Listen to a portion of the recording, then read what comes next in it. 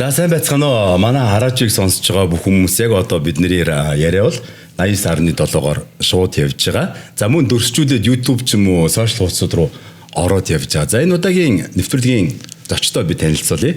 Цэжний үндийн зүрх судасны мэс заслимч Хачуулун гэж юм мундаг эмч байна. За бас нэг мундаг эмч байна. Гранд Мед эмнэлгийн нуруу нуусны мэс заслын тасгийн эрхлэгч Нурбек хүрэлцэн ирсэн байна. За одоо ёстой нэг гол юмнуудад асуугаад явчих шүү дээ. Хашаа эмч. Яг зөв. Таараас минь. За одоо ер нь бол ингээд ойр дотны ингээд хүмүүс за ээж аав, эмээ өвөө ч гэдэм үү, найз нөхөд бүгднгийнх нь л нуруу өвдөг. За энэ ер нь юутай холбоотой гэдгээс л хэлье. За ер нь ингээд та бүхний өнөөдрийн амраа алунг айлтгая. Тэгээд ер нь хүн амьдралынхаа туршид 80% нуруугаар нь өвдөж үздэг гэж байгаа нэг удаач гэсэн хамаа. Нуруу болохоор маш олон үеийнээс маш олон одоо өвдөлт өгдөг тийм бүтцээс бүрдэж байгаа. Тийм учраас нөгөө хүмүүст нөгөө өвдөлт нэгтгүү юм л байгаа. Тэгээ ер нь ингээд амбулатороор гэдэг ч юм уу хүмүүст эмчнэрд үзүүлж байгаа хүмүүсүүдийн одоо номер 1-д нь байдаг зөвөр нь болохоор ханиалгаж энэ халуурч ингээд энэ амьсгалын замын юунууд байдаг гинэ. Хоёр дахь нь болохоор тэр нурууны өвдөлтүүд байгаад байдаг. Тэгэхээр энэ болохоор бүх дэлхийд даяараа л төв юм л зүйл байна. Ер нь тэгэхээр чин цааны хэлцгээр бол ер нь бол хүн бол ер нь ямар ч хэсэг нуруу өвднөл эмтэл гэж байгаа юм байна тий. Тэр 80% тэгж нэг амьдралын туршид нэг удаа өвдөж үздэг гэж. За бид нэр одоо жишээлбэл монголчууд гэж ийм нэг онцлог байна уу? Монголчууд маань ер нь юунаас болж ер нь нуруу нуусны өвдөд ах шүү гэн. Бид нар ямар нөгөө нуруу өвдөхөр нэг бассейн цэл сайн хөдөлгөөн хийж гэдэг юм нэг тэгж өвдөд идэх шиг байдаг тий. Бидний онцлог юу вэ? Одоо жишээлбэл нэг үеинүүдтэй байгаа ах тий. Монголчууд одоо нэг тэр үеинд ер нь дандаа өвдөгдөө гэдэг тийм юм байдгүй эсвэл дэлхийн нийт адилхан байдаг юм болов уу? Дэлхийн нийтээр адилхан тий. Ер нь ингээд нүүдэлчин ард түмэн илүү өвдөд байгаа юм уу? Сүрчлийн хүмүүс илүү өвдөд байгаа юм уу гэхээр яг адилхан байна. Тэгээ нэг дээр үед ингэж ийсэн юм байна л та нөгөө Африкт нуруу өвддөг хүн байдаггүй гээд. Тэгээ яг мэрэгжилтэнгүүд очоод юу хийсэн чинь яг нөгөө шинжилгээ хийсэн бүгд яг адилхан байгаа байхгүй статистик. Тэгэхээр ерөнхийдөө дэлхийд яг адилхан байдаг. Хүмүүс нэг тэгээд идэх штэ. Миний бөөр өвддөгөө гэл. Ерөөс юм л бол бөөр л гэж яриад байдаг. Тэгээ манай одоо би ингээд нэг оюутан байхдаа волонтер буюу одоо нэг үнгүй үзлэгтийг явдаг байсан солонгоцсон ч танахын нурууны өвдөлтөө солонгоц тий бөөрийн өвдөлт гэж бодоод яваад байгаа хүмүүсийг их байх юм а гэж ярьдаг байсан. Тэгэхээр тиймэрхүү өвдөлтүүд бас амьдралынхаа турш бол мэдэрдэг юм байна тийм ээ. Мэдэрдэг тий. Тэгэхээр тэнд юу ямар арга хэмжээ авч ийн. За эхлээд ер нь ингээд энэ болохоор түгээмэл асуулт. Ер нь нуруу өвдөд байгаа юм уу, бөөр өвдөд байгаа юм уу гэдгийг ялгахын хувьд хөдөлгөөний хамааралтай ямар нэг байрлалын хамааралтай өвдөлт байвал нурууны өвдөлт. Хөдөлгөөн болон байрлалын хамааралгүй байвал бөөрийн өвдөлт байхгүй. Тэгэхээр бөөрийн өвдөлт болохоор байцгаар ахад хэлээ. Хөдөлж жагаад ингээд мэдрэгдээд байх юм бол нурууны өвдөлт. Хөдөлгөхгүйгээр ингэж жагаад өвдөд байх юм бол бөөрийн өвдөлт. Жишээ нь ингээд зарим хүмүүс ингээд би ингээд явхаар өвдөд байна, эсвэл суухаар өвдөд байна, хөвтөж жагаад орноосоо босч чадахгүй ингээд нэг юм хөдөлгөөн байрлал яриад байна шүү дээ. Тэгэхээр тэрийг нурууны өвдөлт гэдэг. Тэрийг бол манайх ангаахт болохоор механик нурууны одоо өвдөлт гэж үздэг байхгүй хөдөлгөөний хамаарал. Бөөрийн өвдөлт болохоор дан ганц бөөрөөрөө өвдөггүй. Давхар нэмэлт шинж тэмдгүүд гардаг. Одоо жишээ нь хордлогын шинж тэмдэг гэдэг ч юм уу, халуурах ч юм уу тий. Иймэрхүү өөр давхар нэмэлт шинж тэмдгүүд заавал гардаг юм байна. Өвдөлтүүдийн хувьд тийм байт юм биш. Мэдээж одоо юу гэдэг тэнд хийж байгаа хаалгаач гэдэг юм уу процедурын хувьд ямар ах вэ? Одоо нурууны өвдөлтөөс шалтгаалсан. Хүмүүс одоо ингээл яхаар л ерөөсөө ингээл би ингээл хаглаа хэлэх болчихжээ гэсэн хүмүүс их байгаа дээ. Тэгсэн мөртлөө зүгээр яваад.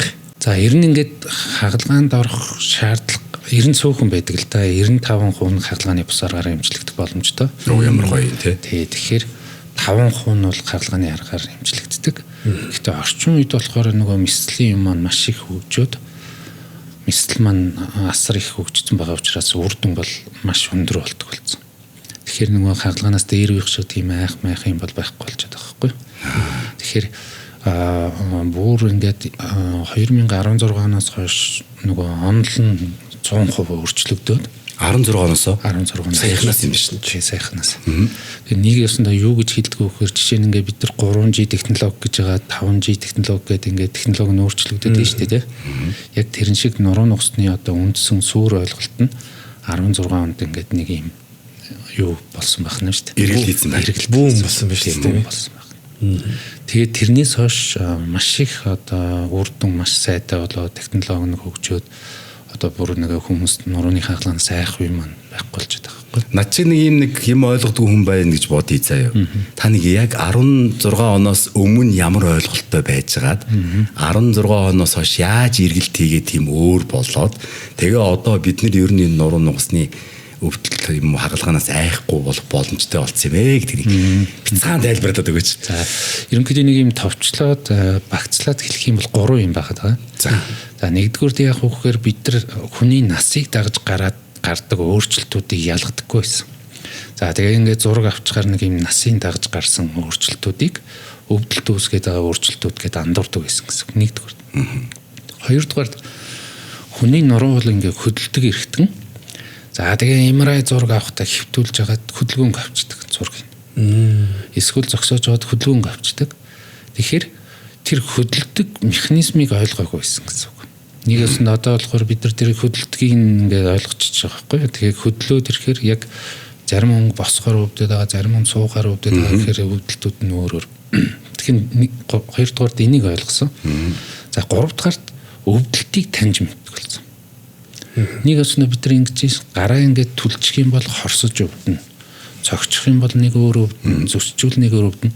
Тэрэн шиг бид нар нурууны өвдөлтгээ дооши тэгж яриад байгаа болохоос биш дотроо хүн болгон дээр өөр байгаа байхгүй юу? Нэг өснө нурууны өвдөлтийн 40 хэлбэр байна.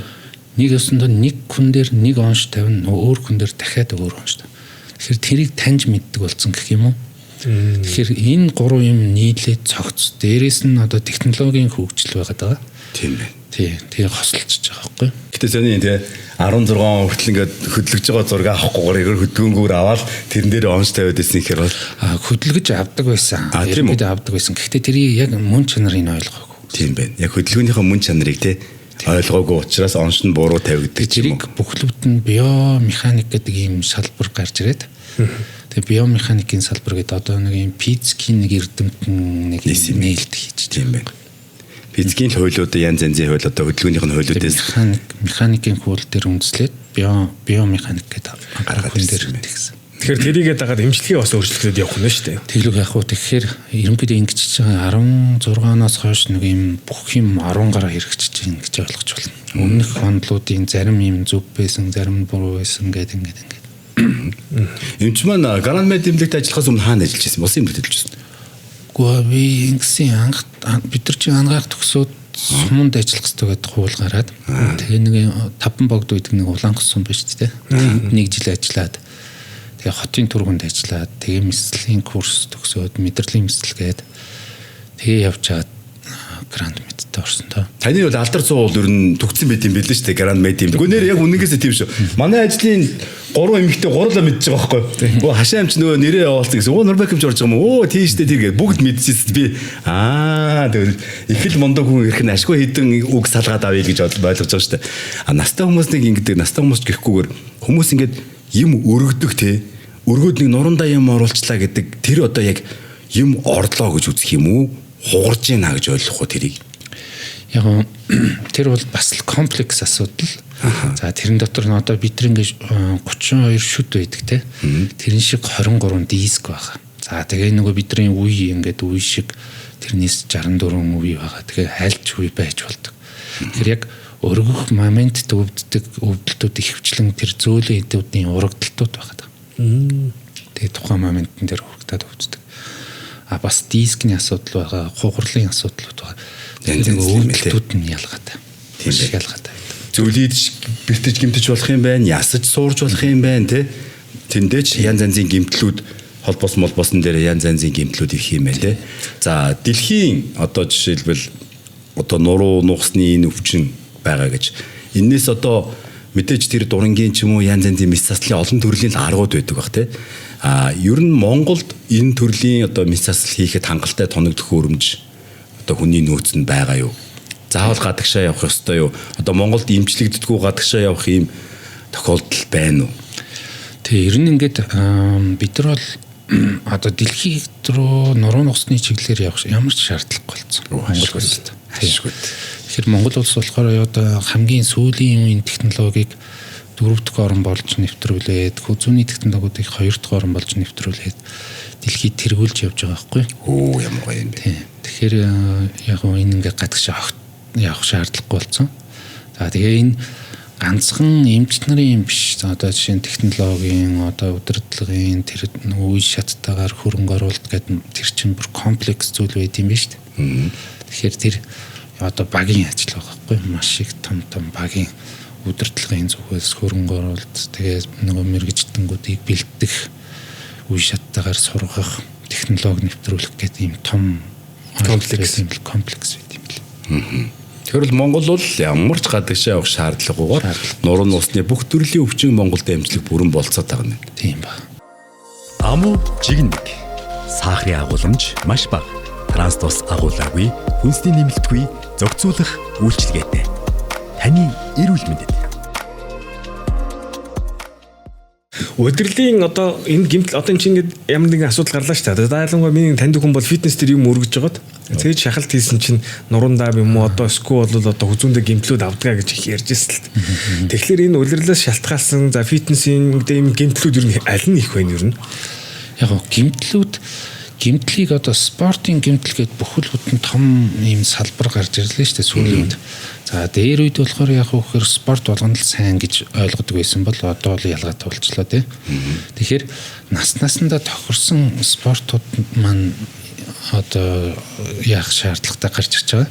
Тэгэхээр ер нь аливаа нэг спортыг тэр байнгын тийм дасгалжуулагчтай ер нь ингээд нэг юмтайгаа одоо нэг юм шинжлэх ухааны үндэслэлтэйгээр хийх нь зүг болов уу гэж бодоод байгаа. Тэгээ улирлын гаралтай тэр өвдөлт нь илүү байна, энэ өвдөлт нь илүү байна гэдэг юм байхгүй. Гэхдээ зарим хүмүүсүүд төр чинь одоо өвлийн улирлт хүйтэн болохоор илүү өвддөг гэдэг хүмүүс байдаг. Гэхдээ тэр болохоор нөгөө өвдөлтүүдийг сэдрээж байгаа хүчин зүйл болохоос яг шалтгаан биш. Улирлтай холбоогүй. Зүгээр нэг сэдрээж байгаа байхгүй. Хуучин өвдөлтүүдийг сэдрээгээд гаргаж ирж байгаа. Дулаан орондох тарай гайгүй байжгаад тийм үл дулаан улирал гайгүй байжгаад хүүдний улиралд бол илүү зөөр улирал ийна гэсэн үг юм тийм ээ. Энд чи би нэг айгуу тэнийг асуулт асууя. Одоо нэг ийм Монголд ингээд заавал мис сасалд ороо гэсэн ч тийм үү те ингээд хагалгаанд ороо гэсэн заалттай мөртлөө одоо өвөр Монгол руу ч гэнэ хаашаа ч юм уу яваад зүү тавиулаад зүгээр болчдөг. Тим юм байх уу? Тийм байхгүй. Байхгүй тийм. Тий. Түрүүн би хэлсэн 95% нөгөө хагалгааны бус аргаар эмчилэгддэг гээд. Тэгэхээр тэр 95%-ийг болохоор яадаг байсан гэхээр өмнө болохоор бид нар ялахгүй зарим хүмүүс за энэ та хагалгаанд ороо гэж хэлждэг. Тэгэхээр тэр хүн чинь өөрөө эмчилгээ хийгээд явж байгаад гайх болчдөг. За тэгэнгүүтээ энэ хагалгаа хутлаа юм байна гэдэг буруу ойлголт гарчдаг байх нь шүү дээ. Тэгэхээр яг хөөхөр энэ дэр нэг хоёр одоо юуг ойлгох хэрэгтэй. Нэг нь болохоор хүний бие бас цаг хугацаа яваад ирэхээр өөрийгөө эдгээдэг. Одоо тийм амьд организм учраас өөрийгөө эдгээдэг байх нь шүү дээ.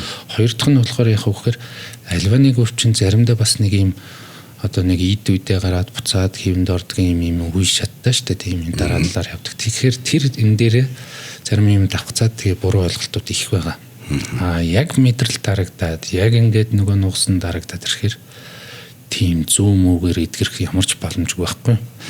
Тэгэхээр эндээс нэг юм дүгнэлт хийгээд эхлэхэд нэг юм түрүүн би хэлсэн 95% хагалгааны бус аргаар гэхээр зарим нэг хүмүүс болохоор барай барьдаг хүмүүс гэдэг ч юм уу баг хагалгаа хэрэггүй гэдэг нэг үгүйсгээд идэг. Бид нар болохоор 5% хагалгааг хийн 95% хагалгаа хийхгүй гэдэг нөгөөдгөө үгүйсгээг байгаа шүү дээ. Гэтэл яг бүх юмараа нэг юмараа л бүгдийг эдгээчих юм шиг нэг ид шидтэй юм ярьдаг хүмүүс байгаад идэг. Тэгэхээр мэдээж одоо 21-р зуун болсон байна. Хүн болгон шинжлэх ухаантай болсон 100% гэдэг юм байхгүй болчихлоо шүү дээ. Тэгэхээр тэрийг шинжлэх ухаанчаар харж үзэх нь зөв юм болов уу гэж бодож байгаа. Одоо 95% нь одоо яг хагалгааны бус аргаар гэж байна. Тэгэхээр грандмайд имлэг жишээлбэл 95% нь яг одоо ямар имчилгээг өнөөдөр хийгдэж байна? Таны одоо хийгддэг эсвэл манайх яг бид нар бол яг ингээд үе шаттайгаар ингээд хөрөнгө оруулалт хийгээд яг нөгөө системтэйгээр мэрэгжилтэнгүүдээ бэлдээд Тэгээ нөгөө одоо физик хэмжлэгийн нөхөн цэргийн тасаг, өвдөлтийн менежментийн тасаг гэдэг ингээд тусдаа тасагтай. Эслийн тасагтай гэдэг. Тэгээд одоо баг үзүүлж байгаа хүмүүсийн л 95% нөгөө аргаар хэмжлэгддэг байх нь шүү дээ. Тэрэн дотор ч жишээ нь аршаан, сөүлэл, зүү юм уу гэдэг одоо ингээд бидний яриад идэг бүгд л байгаа. Гэхдээ зарим хүн таардаг нь байгаа, таарахгүй нь байгаа. Энэ 95% чинь нөгөө нэг 16 оноос өмнөх хойшгтол тийм байсан уу? Тэр бол төстэй. Яг тэр бол өөрчлөгдөв. 16 оноос хойш болохоор яадаг болсон гэхээр нөгөө хагалгааны үр дүн маань огцом сайжирсан гэсэн нэг ясна. За ингэдэг. Та бол одоо жишээлбэл нэг юм биологийн талаас хүнийг бол хараад мэдчихэж шүү дээ. Хідэн юутай, үетэй, нугламж гэдэг юм одоо юу гэж нуруу гэж ярьдаг юм уу? Юу гэж ярих юм те. Хүнд бол тэд байгаа, эд байгаа, иймэрхүү юм болдог гэдэг. Тэг бариач нар чинь ингэж байгаа л YouTube-ийн дээр бичлэгэн дээр ингээл засчнасаал ингээл дуургаж муургаал ингэдэг ш. Та жишээлбэл тэрийг мэдчихэж байгаа. Тэгээд мэд засал хийдэг хүн учраас та бас ингээ хүнийг бариад түүний зүгээр болох хоо тэг гацсан ч юм уу хөссөн тийм хүмүүсийг тийм юм бол байхгүй л дээ. Гэхдээ яг нэг юм ховор тийм subluxation юм гэж юм байдгийн. Тэр нь болохоор нөгөө ингэж оруулдаг юмнууд байгаа. Гэхдээ нэг юм ер нь ингээд social media-гийн нэг асуудал нь болохоор юмыг ингээд бид нар нөгөө мэдээллээрээ ингээд дандаа буруу мэдээллээрээ тархиа нийтээр ингээд угаалгачихж байгаа байхгүй. Тэгэхээр ер нь ингээд social media дээр авч байгаа альва нэг мэдээлэл дээр энэ шинжлэх ухаанчаар хандах нь хамгийн зөв гэж бодож байна. Тэгээ яг ялангуяа одоо жишээ нь Монгол шиг улсыг зохион байгуулалттайгаар гаднаас ингэж орж ирээд тэр эмч нарыг муухай харагдуулах, тэр багийг муухай харагдуулах тийм ажиллагаа бас явагддаг. Одоо жишээ нь ингээд тэр компанитайгаа орж ирэл ингээд харагдуулдаг байна шүү дээ. Тэгэхээр бид нар ард түмний хувьд ч гэсэн одоо хоорондоо энэ хэрцгүү байх хэрэгтэй, эмч нарын хувьд ч гэсэн тийм байх хэрэгтэй. Тэгээд тэр Монголын эмч нарыг муухай харагдуулаад ингэдэг бүр компанит ажлууд байна бас. Тэгэхээр энэ болохоор бид нар ингээд сошиал медиад их хэвтэйхэн хандах нь хамгийн зөв. Харж байгаа зүйлээ бүгд ингэ үнэн гэж бодохдоо эхлэх нь шүү дээ тийм ээ. Орж ирэл хин нэг одоо харлуулаад эхэлнэ гэдэгтэй. Тий харлуулаад одоо ингээд нэг юм чинь гэдэг ч юм уу нэг өвчтний нэг гомдлыг л их түгээгээд сошиал медиагаар яадаг гэдэг ч юм уу тийм. Тэгж нэг юм зохион байгуулалттайгаар улс даяараа ингээд нэг юм муухай харагдуулдаг тийм юмнууд бас байгаа. Одоо хаалганы хувьд одоо таны яг хийдэг одоо 95% хаалганы хувьд ер нь яг ямар төрлийн хаалгаанууд ямар одоо асуудлуудтай байхад та яг хаалгаа зөвлөдөг вэ? Тэрний одоо давуу тал тий эдгэрэлтийн хувийн талаар ярилцвал. Нуруу болохоор яг нугас мэдрэл маань нөгөө ясны саана байгаа. Тэгэхээр тэндээ очихын тулд яснаас нь тодорхой хэмжээгээр авдаг байх нь шүү дээ. Авж жагаад тэр хүрцэнд очиж байгаа байхгүй. Тэгэхээр одоо орчин үеийн хаалганууд бол тэрийг авахгүйгээр одоо хөдөлгөөнд оруулахгүйгээр хийдэг болсон. Энийний ач холбогдол нь болохоор яг нуруу гэдэг манд хөдөлдөг эргэтэн доктортой байх хэвээр. Тэр доктортой байдалд нөлөөлөхгүйгээр ингэдэг болсон гэсэн. Ингээд. Тэгэхээр тэр болохоор нэг ясна философи буюу энэ одоо гүн ухааны нэг өөрчлөлт гарч ирж байгаа. Нэг ясна энэ хүний өвдөлтийг хамгийн одоо багаар яаж хүрэх үү гэдэг хүн болгон дээр нөгөө боловсруулж байгаа тактик нь өөр болчихж байгаа байхгүй. Тэгэхээр бидний хувьд болохоор ингээд 5000 хүнд хийчихэд байгаа. Тэгэхээр 5000 төрлийн кейс дээр 5000 стратеги боловсруулад ингээд хийж ин гэсэн үг шүү дээ. Тэгэхээр одоохондоо бүгдээрээ л амжилттай болсон учраас энэ ингээд маш зөв явж ин гэж ер нь дэлхийд даяараа тэгж үнэлж байгаа. Ямар төрлийн хаалга? Одоо дурангар бид нар бүгд ингэ дурангар. Тэгэхээр одоо бидний бол одоо шил бие үйл цэжний дурангийн хаалгаа гэдэг л дээ. Тэгэхээр одоо юу гэдэг хаврын хоорондын зүсэд ингээ онгоолохгүйгээр 3-4 ширхэг жижигхэн дуран оруулж байгаа л ингээл орох гэдэг юм л та. Таны хувьд ч гэсэн бас яг тэгж орох уу?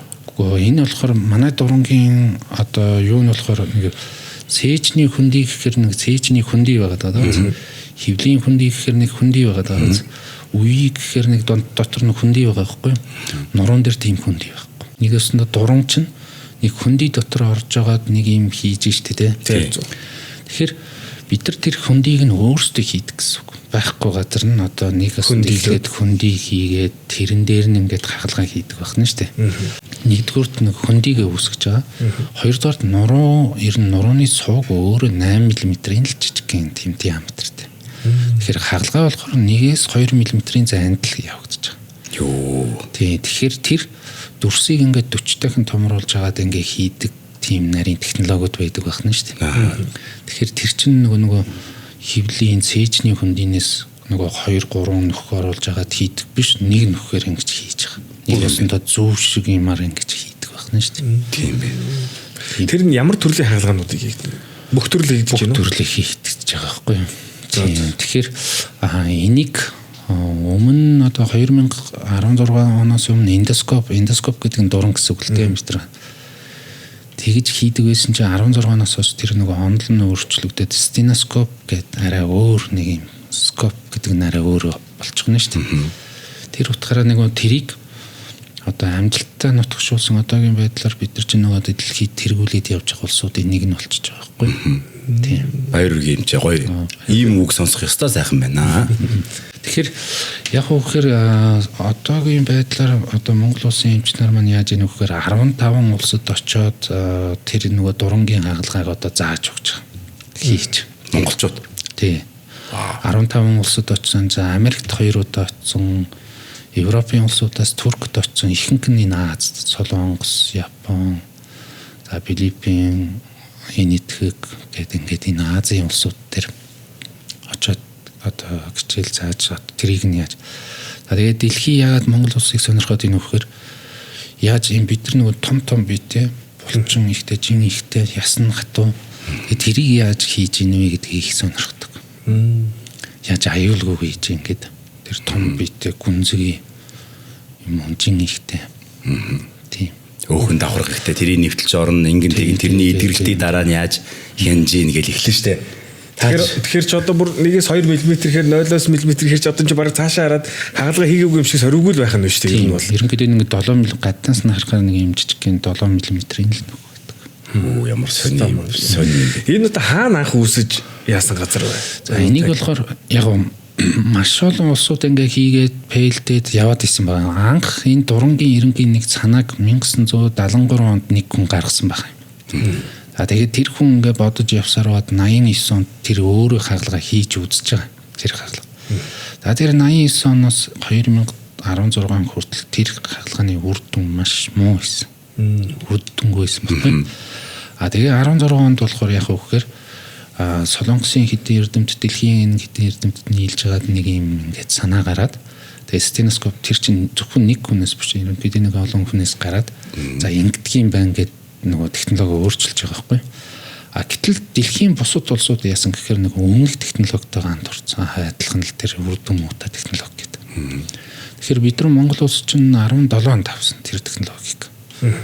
17 оноос хойш ингээд тасралтгүй жилд нэг юм 500-аас 600 орчим хагалгаа хийж явсаар одоо тэгээд 5000-аас дээш гарч иж байгаа. 10 жил болсон байна. Тий. Үр дүн бол маш өндөр байгаа. Тий. Тэгэхээр тэр төвшөнд очичхоор одоо ингээд альва зүйлийг ингэдэм юм байна шүү дээ. Нутагшуулсан гэж ярихын тулд тэр хагалгаа нэвтрүүлээд 5 жилийн хугацаанд ингээд хянаж агаад за энэ үр дүнтэй байна гэхээр нутагшуулсан гэж хэлэх хэрэгтэй юм билээ. Тэгэхээр ерөнхийдөө 17 оноос хойш нутагшаад хангалттай нутагшаад одоо бүр дэлхийд заах төвшөнд очиж байгаа байхгүй ямар гоё мундаг байна янзын те одоо тэгвэл одоо энэ подкастыг хүмүүс ингээд сонсоод одоо жишээлбэл ингээд янзын юмд одоо хүмүүс ингээд үзээл тэрэндээ итгэдэг шүү дээ нэг эмчээс нэг юм нэг хүнээс эсвэл нэг найз нөхдөөөс нэг юм сонсоол за тэрэл сайн гин за өвөр Монголын тэрэл сайн гин за Бээжингийн тэрэл сайн гин гээл те за тэр имлэгэл сайн гин гэдэг хэрвээ тийм юм байгаа бол яг одоо дэлхий биднээс сууж байна. Дэлхийн энэ эмчнараас суралцж байгаа гэдгийг л мэдчих хэрэгтэй юм байна. Ягаад гэвэл 17 оноос хойш мэдсасал хийгдэж явсан байна. Амжилттай болсон байна. Үр дүн гарсан байна. Батлагдсан байна. Тэр нь ингээд жишээтэйгээ батлагдчихад байгаа хөх тэ. Тэгэхээр энийг бас сайн анхаарах хэрэгтэй юм байна шүү. Ягаад гэвэл бид нар бас гадагшаага явж их мөнгө их зарцуулж цаг хугацаа янз янзын зүйлээр хохирж байгаа тохиолдол байгаа. Хожиж байгаа ч хүмүүс бас олон л байгаа. Тэгэхээр энэ мэдээллийг бас эхлээд хүргэчих нь зүйтэй юм байна. За нуруугаа яаж хамгаалах юм? Настан буурлууд одоо бид нар ингээд удахгүй настан буурлууд боллоо шүү дээ. Бид нар ч одоо нуруугаа яаж хамгаалах вэ?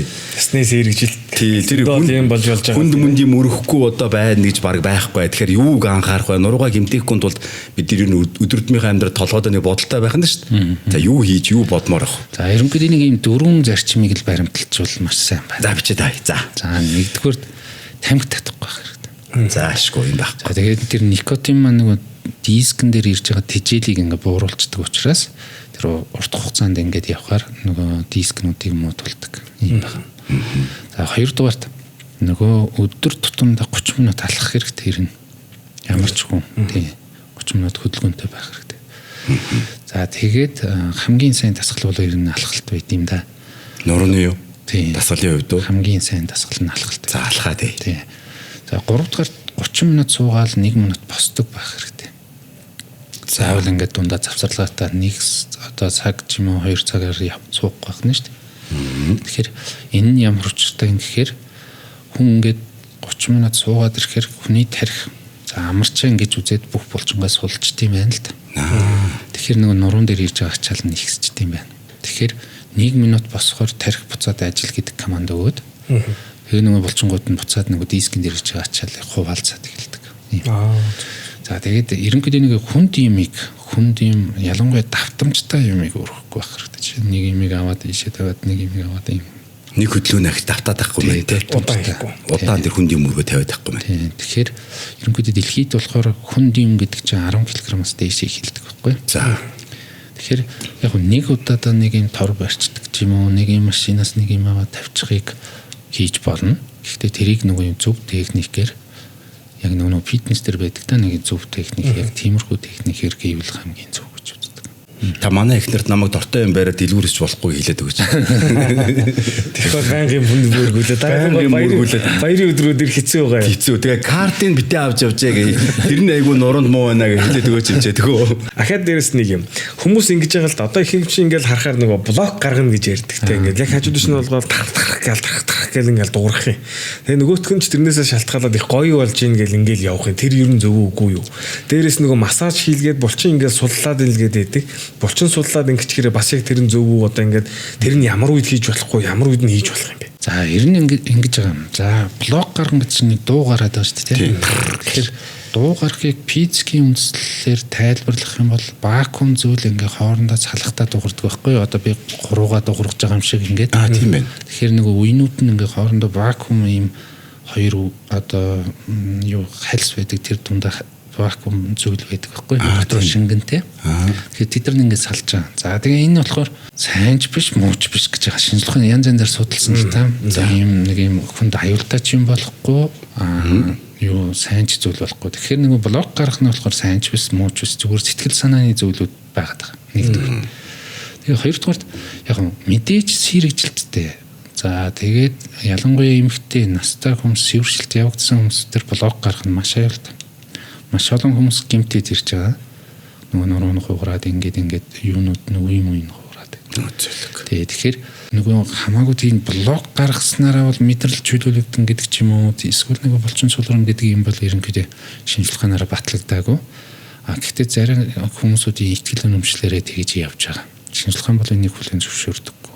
Ер нь бол тэгж гаргаж байгаад бол бэртэж гэмтэх тохиолдол зөндөө байгаа юм байна. Тэгэхээр одоо нөгөө 95% өвдөлттэй хүмүүс чинь нөгөө блоко гаргуулгүй чичэл гаргуулахаараа пак гэд бүр их гэмтээгээд ингээ одоо баг нөгөө вакуум завсраа ингэхээр чинь мэдээ сорох байлгүй дээ. Тийм зөндөө бид нар чинь 13 онд чинь юу яач 13 онд чинь маш олон хүмүүс тэр нөгөө блок гаргаж ингээ гэмтэж ирдэг байсан.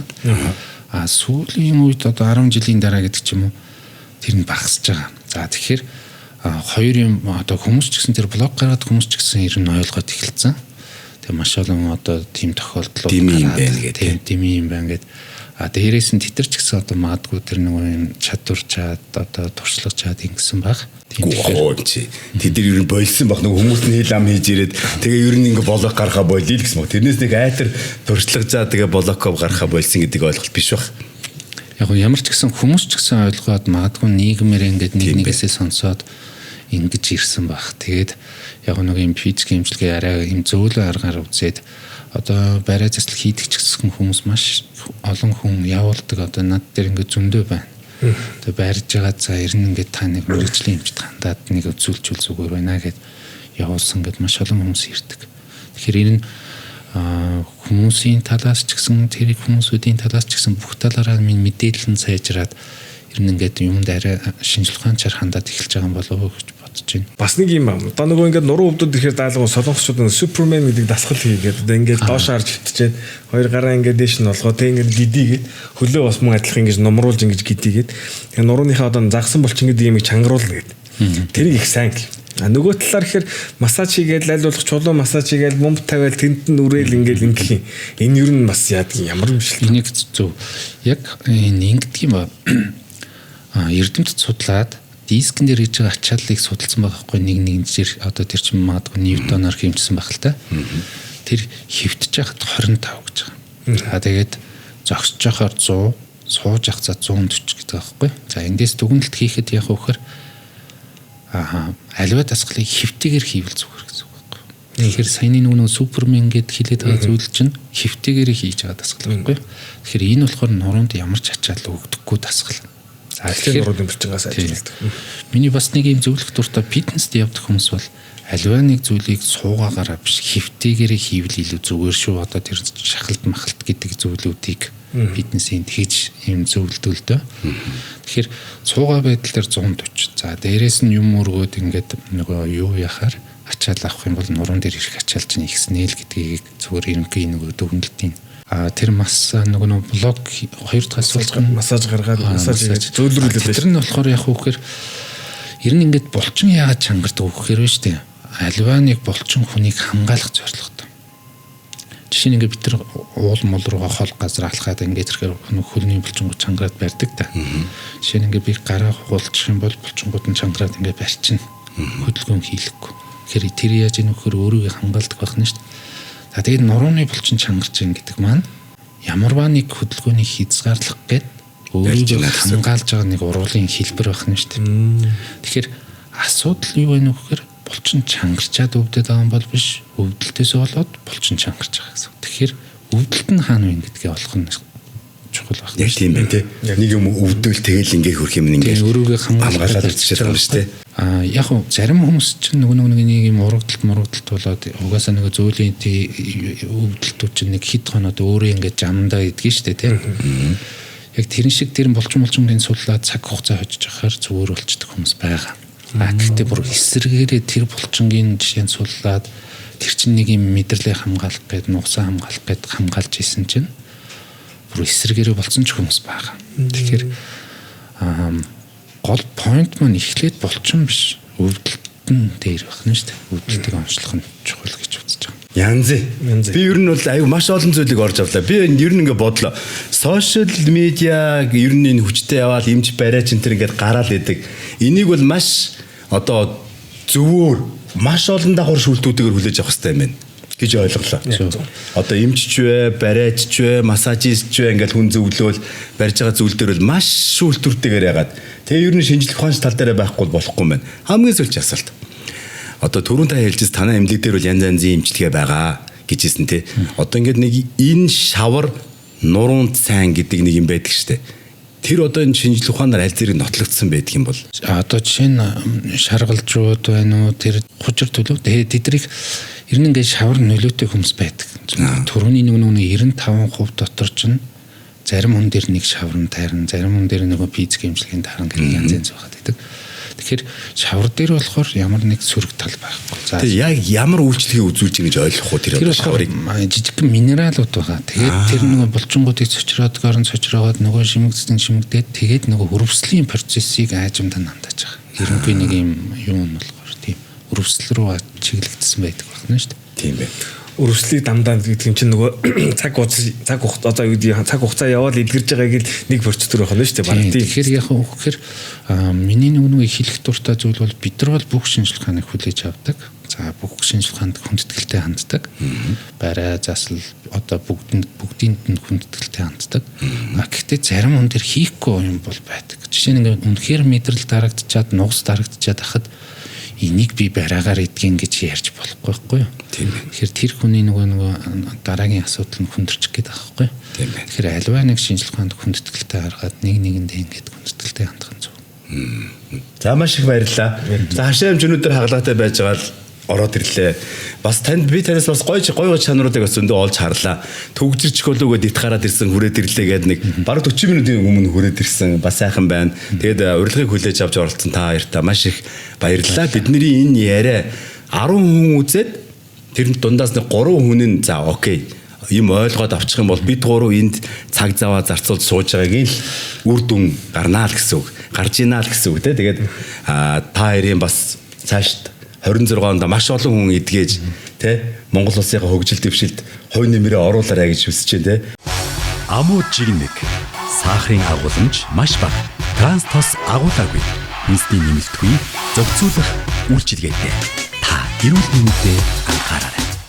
Амуу гэдэг ямар нэгэн сахарын агуулмж байхгүй. Энэ бүтээгдэхүүн брэнд бид нартай хамтарч ажилтээ. Транстос байхгүй. Тэгээ бүтээгдэхүүнийхээ дээжээс танд баярлалаа гэж өгье. За маш их баярлалаа энэ. Дахин таартай маш их баярлалаа.